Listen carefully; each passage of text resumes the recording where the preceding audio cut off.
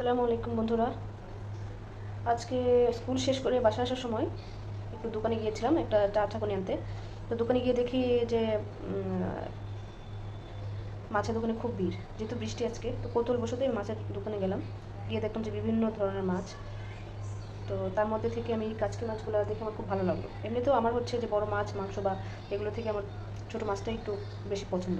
তো এই কাচকি মাছ সচরাচর পাওয়া যায় না, আর যেহেতু ঢাকা শহরে কাচকি মাছ পাওয়াটা খুবই রেয়ার। তো দেখেই আমি হাফ কেজি কাচকি মাছ কিনে নিয়ে আসলাম। তো এখন আমি হচ্ছে এটা ভুনা করবো পেঁয়াজ দিয়ে, একটু ঝাল ঝাল করে, হালকা ঝোল করে ভুনা করবো। তো এটাই হচ্ছে আমি আপনাদের সাথে আজকে শেয়ার করবো। এই মাছগুলো আমি হাঁড়িতে ঢেলে নিয়েছি। এরপরে আমি হচ্ছে মাছগুলো ধুবো, ধুয়ে লবণ দিয়ে কাচতে হবে যেন মাছের কাঁচা গন্ধটা চলে যায়।